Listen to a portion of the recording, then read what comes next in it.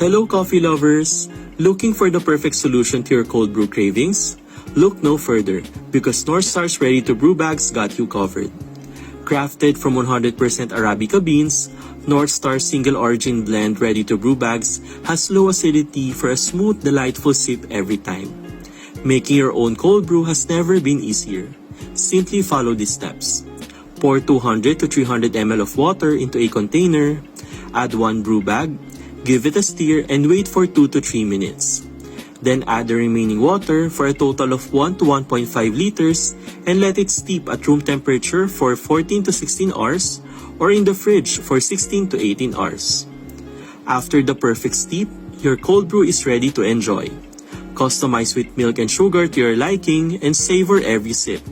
Don't miss out! Grab your North Star brew bags now. Link in my yellow basket to order yours today.